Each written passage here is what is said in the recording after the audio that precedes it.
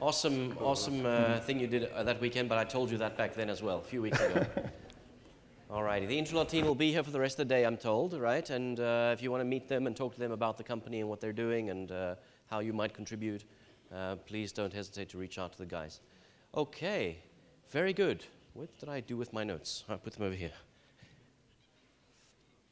All right, moving along swiftly. I'd like to welcome on stage in a few minutes, somewhere here. It's not there, it's there. All righty. Dear friends, please welcome on stage Anna Pasiou from Microsoft. She's a services support specialist, Central and Eastern Europe.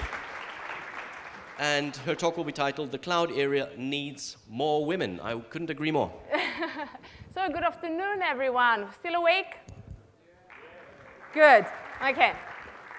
So firstly, let me start off that women have always been in the computing industry. It's not something new. They've been around from the 1700s. Ada Lovelace, 1840, created the first algorithms. ENIAC, everyone knows what the ENIAC is? The first electronic computer. Guess who programmed that? 6 nice ladies did. But they were only recognized many years later. Okay? 1955, Annie Easley, first Afro-American computer scientist who joined NASA and worked on the Centaur project, which was for the rocket stage. So there's plenty around, and there were plenty around, but unfortunately, there was a decrease. In the late 20th century, lots of women stopped pursuing a computing degree, which is a shame, because now we're seeing the effect, meaning that in this room, we only have a few lovely ladies, and we should have more, as was spoken before. So due to this decrease, we see less in the workforce, and even less in leadership, which we need to improve, okay? So, cool. Oops, it went too fast. Cool. Okay, cool. For me, being cool is doing what you like, being real, and just going for it. Was I cool when I decided to move into computing? I think I was. And you know why? Because 13 years old, I first found out about computing. 13 years old, 1990, don't calculate, I'm 42 years old. Okay, so during my first computing lesson, first year of high school, teacher came in, gave us an exercise. And it was very simple. Write a code, and we outlined the cat moving a tail. Did I feel cool? Yes, I did. You know why? I finished first. I got the achievement and accreditation from my teacher, and I beat the boys. So I thought, I'm doing something good here. Okay? So through the years, I wanted to see whether it was something I would like to do or not, and I had the discussion with my parents. I think the power of the parents is very key, and that's why I'm being open here, because I want to intrigue the ladies in the room. Sorry about this, but I have the speaker thing in the back. And I want to give the guys some tips to support your wives, your daughters, your niece, your friends, your girlfriends, anyone in the office that needs your support, okay? Moving along, my parents did one thing, very good thing. They never told me it's a boy's thing, and they never told me, what are you going to do with such a degree, really, as a woman? So, did my degree, got into university, walked into a nice amphitheater like this one, 2 ladies and the rest were boys. Did it matter, to tell you the truth? No, I had my confidence. I had sought my degree, I went into the challenge. Girls are just as smart as boys. And then we had no STEM program, so it's just Anna driving what she was saying all the time. Okay, so confidence got me. Last year of high school, I was offered a job opening before I finished my degree. So I finished my degree and had a job straight away in a big multinational IT company. And guess what?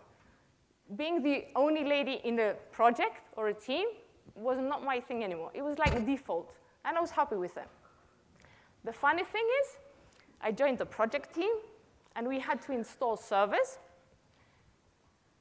and configure them to be ready. I worked in a server room. So most of you know what a server room is all about. It's very cold and very noisy. So I worked for a week with codes in a server room, with my colleagues, screwdrivers, configuring the servers, putting them into the racks, network, all the stuff that you know is in the background. And the funny thing is, whoever walked into the server room would ask, so what are you doing here? And I'm like, what am I doing here? I'm working. It was still thought as a woman in a server room, but that's okay. So I continued my work, and as we move into careers, we start to talk about your strengths and weaknesses and competencies, mainly with the HR. So these are the things that I started off with when I started off my career very young. I put work-life balance down below because I referenced to a family. I wanted to have a family as well. I wanted to work and have a family. And why I referenced to it? Because I got caught thinking, okay, I'm in a position where I want to move, I want to change. It's difficult, and if I have a family, will it stop me in developing myself and going forward? And to tell you the truth, no. I continue to be myself, but I found new strengths which I need to work on. And that was visibility of my successes. Usually we're humble about our successes. We're like, your manager knows, your friends know, your team knows what you've done. But really, in order to go forward, and I don't say go brag about yourself daily of what I've done, but you need to expose your achievements and your successes. And this will enable you and be capable for someone else in another team, another manager, to understand what you can do. Believe in the position you applied. I laugh about this because I always was afraid to apply for a position. I had no experience. And then someone came to me and said, how can you gain experience if you don't try to apply for a position?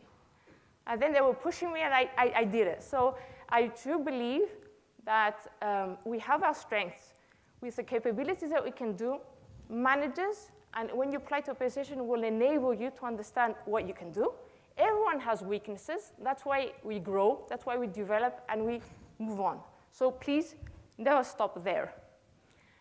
And the two next factors, I think, played a key role in the two above: mentorship and your network. Being a lady, I wasn't sure if I should do it or not.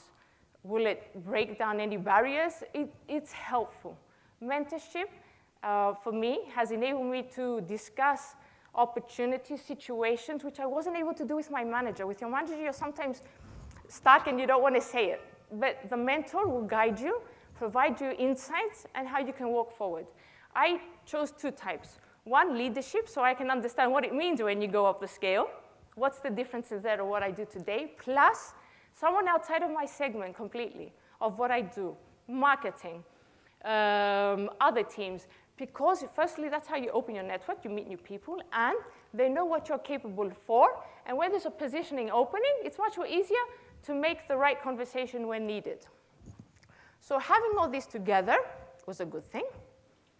But the last thing that I want to really keep an eye on is trade-offs. As I said earlier, to make life, I wanted to have children, right? So the key trade-offs for me, and it's every woman's decision, to be sure of what you're going to do. I decided to pause my career. I was moving positions. I said, OK, I'll just sit put for a while, have my children, and see what I'm going to do next. I am a mother of two children. Panagiotis is 12 and Paraskevi is 9. And when I was ready to make the move, I decided to do that. And I found an international position, the one that I have in Central Eastern Europe. So Central Eastern Europe means traveling. So I myself put more complexity into my life, to tell you the truth. So I was working, having a family, and decided to travel as well. Here is very supportive of my husband, who's not in the room now, unfortunately, my husband and my children. So my family enabled me to make it happen and has enabled me to stay in the position that I am.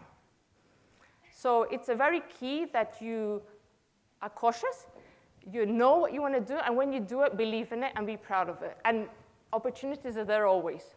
When you want to find it, you'll find it. So these, with my existing ones, which I had, has made me the person I am today in Microsoft. And on a personal note, this is a nice drawing which drives me through the good and the bad days. And why I say that? And it's one that decorates my refrigerator and the background of my laptop. Because this was given to me last summer by my niece. She came over and she gave me the drawing. She said, "This is for you." And I'm like, okay. I was a blondie last year, so that's why you see the picture as well. Now I've changed my hair. And I said, okay, so why am I Superwoman? And she's like, you know what? You work, you travel, you take care of the family, you play basketball. So when I don't travel, I try to play basketball as well. And this triggered off that I had just inspired a young woman to understand that anything is possible, okay? And that felt really good inside of me, and that's why I expressed to every woman, you have to go for it on your own. We're in a world where we have digital transformation and artificial intelligence is here. It doesn't mean that we have to stick into computing to make it work for the cloud era. Computing is in healthcare, it's in the retail, it's anywhere, it's everywhere. We need more women in the leadership roles for that reason, and not because we need women to be there, it's because they are capable to do it and they can do it. So, my key bullets now for everyone: be bold, be brave, be brilliant in what you do, because your capabilities can get you where you need to get to, and always be cool. Thank you very much.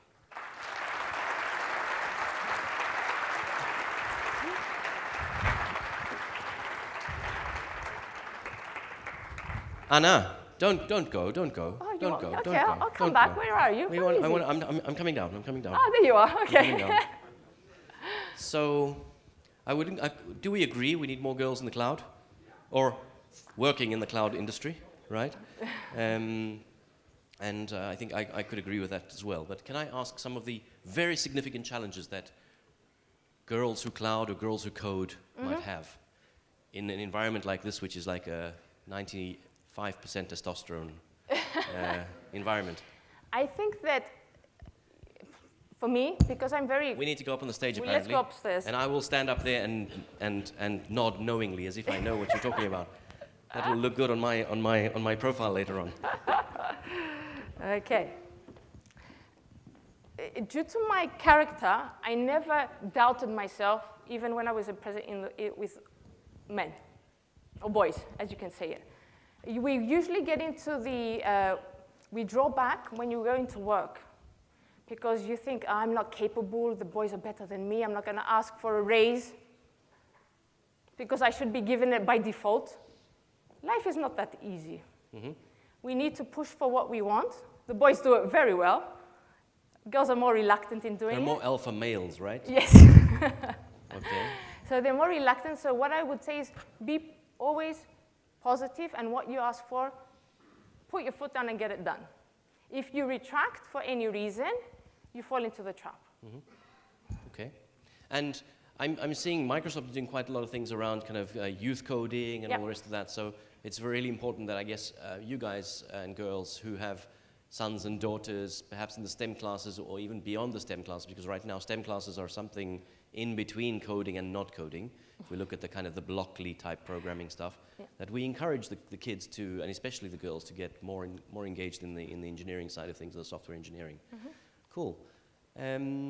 Well, thank you very, very much, Anna. I just wanted to kind of throw that one or two questions. And say again? Oh, we have more online? We do. Okay. What if you were offered a position outdoors? Do you believe you can achieve similar goals in Greece? Outdoors? I play football as well, outdoors. The great outdoors. Outdoors? For example, working for National Geographic or something. If you offered a position, making documentaries amongst lions and lionesses. I don't understand. Speaking about lionesses, I wonder, do you guard your code like a lioness guards her cubs? That's an interesting thing to see when a woman feels threatened, like, you know, the fangs come out, the claws come out, and you know. We get angry with the wrong situation sometimes. Sure, we need to get more strong in the workforce. I don't understand the question. What if you were offered a position outdoors? I think they mean beyond Greece. Am I right? Yeah. My current position today is international. I don't work for the Greek sub, for Greece. I work for Central Eastern Europe, so I cover more than 32 countries.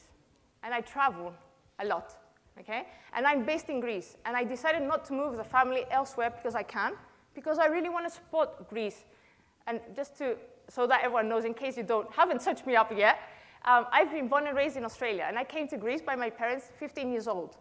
So I came here, continued education in the UK, left UK to come back to Greece. You have lost both your Australian accent and you my have a little bit of a UK accent, or a little bit of UK ending of the word. So I've been around, and I've consciously decided to stay in Greece to make it happen. So I think what the question is alluding to is that conditions in Greece for women in the industry are different or more challenging. Would you ladies agree? I'm looking at a couple of ladies in the... My first or job, maybe I'll look at some other ladies at the top. My first job in the international company was in London. Mm-hmm. So I was the only girl in the project team in London, which you would think have developed faster. Do you believe the decline of number of women is because computer science is not interesting to them, or due to a more toxic work environment? I'm going to be open now, and excuse me if you don't, but I think it's the toxic environment. The toxic environment. Only because when the decline did start at the late 20th century, oh my God, you know what I mean? It's because the software development, now I'm going to put Microsoft here into the spot, but the software industry came up, and it was stereotyped that it's cool for only men to write software. And that's where I think we lost it there. Because women were placed in the IT because men were making the hardware, the tough stuff. When that changed around and the men were put into the software industry, that's where we lost the direction and the ladies stepped back. Okay. Anybody else have another question before I release? I see big thumbs up over there, thumbs up. Okay. One more question. Why do you think that girls don't choose the engineering career? Because we don't have enough mentorship to make the girls believe that there is something next. That's why I stand up, that's why I'm here today, because we really need the ladies who are already in the engineering environment, the computing environment, the IT environment, to show that we can do it. If they see that we are here, more will go towards that. And through the right STEM projects, as you said, we can make it happen. Mm-hmm. And it's not just the girls and boys thing. When there's a position, in my mind, the best should win, independent of whether it's a girl or a boy. But we need to have the diversity in the environment because of artificial intelligence and the way computing is going forward. Okay, well, thank you very much. Thank you, Anya. Thank you very much for all that. Thank you. Okay.